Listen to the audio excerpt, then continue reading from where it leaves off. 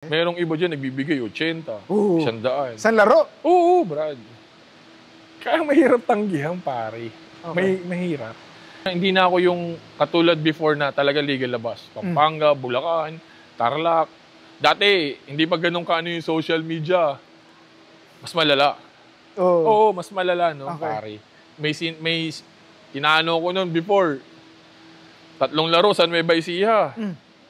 Best of 3, finals. Babiyahe ako papunta doon. Doon ako matutulog. Babalik ako ng madaling araw, pa-practice ako with Coach Kaloy. Totoo yung Brad. Practice ako with Coach Kaloy. After na, mataas kami mga alas 11, alas 12. Sibat na naman, punta ng Nueva Ecija. Pagdating ng Nueva Ecija ng mga alas 3, alas 4, tulog. Laro ng alas 8, alas 9. Pagtapos noon, tulog.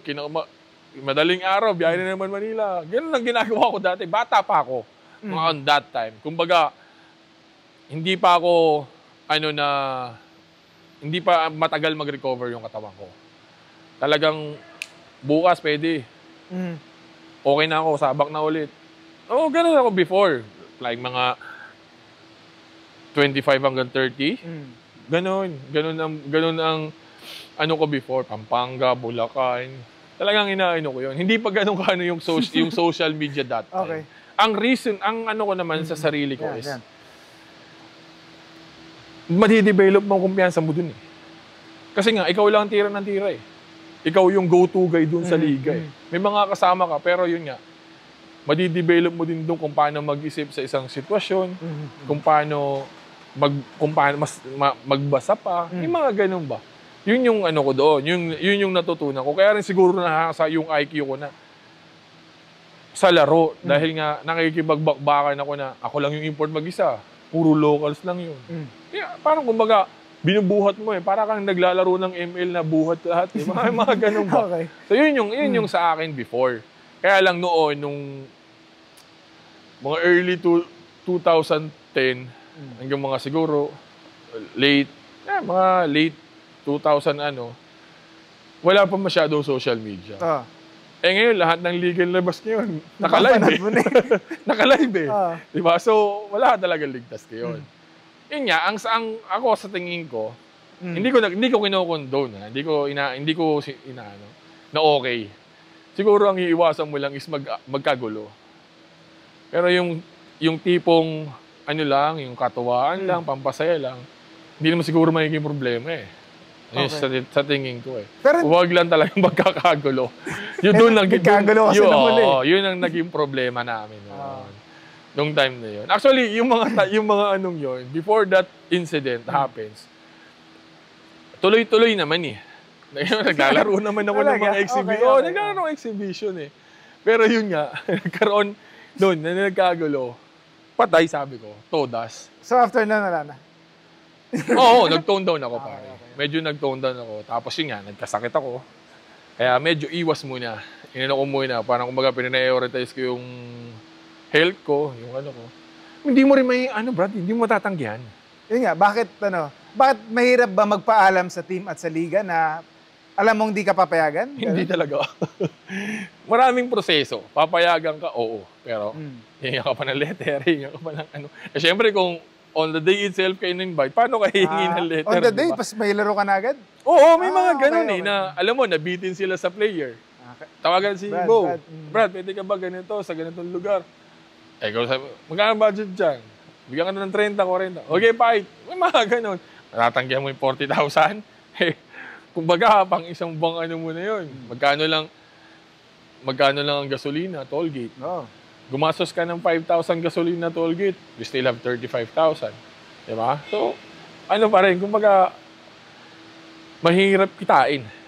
Mahirap tanggihan. Sobra, pare.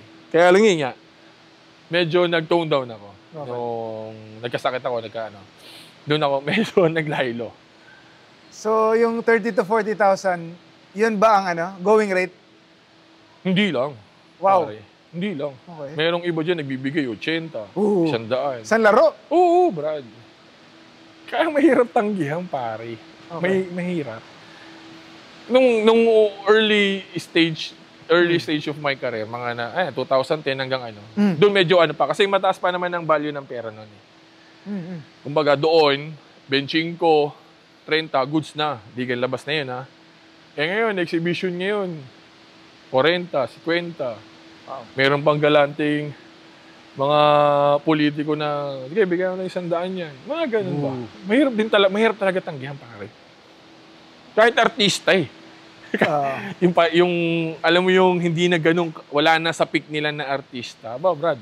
Hindi rin tatanggi. Oo, siyempre. Oo, kuya, sama ka to sa ganito. Okay, fight. Mga ganun. Kasi katuwaan lang naman eh. Makakalaban mo, mga selection lang dun sa barangay, selection sa city. Okay, hindi.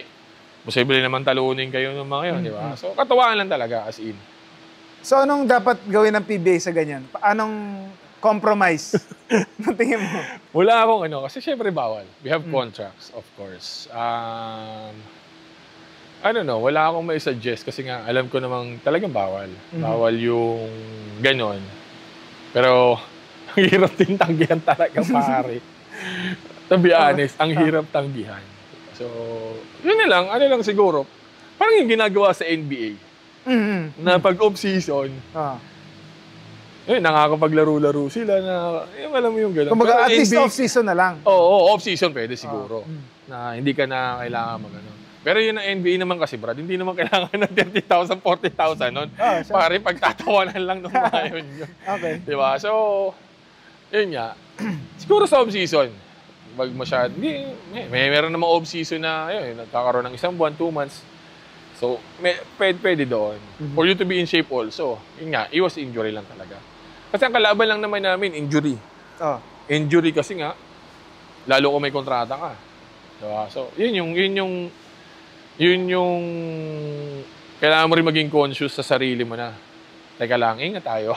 Yung mga ganyan ba? So, yun yung risk mo as a player, lalo kung may live contract ka, na mangyari yun. So, yun yung iiwasan mo naman.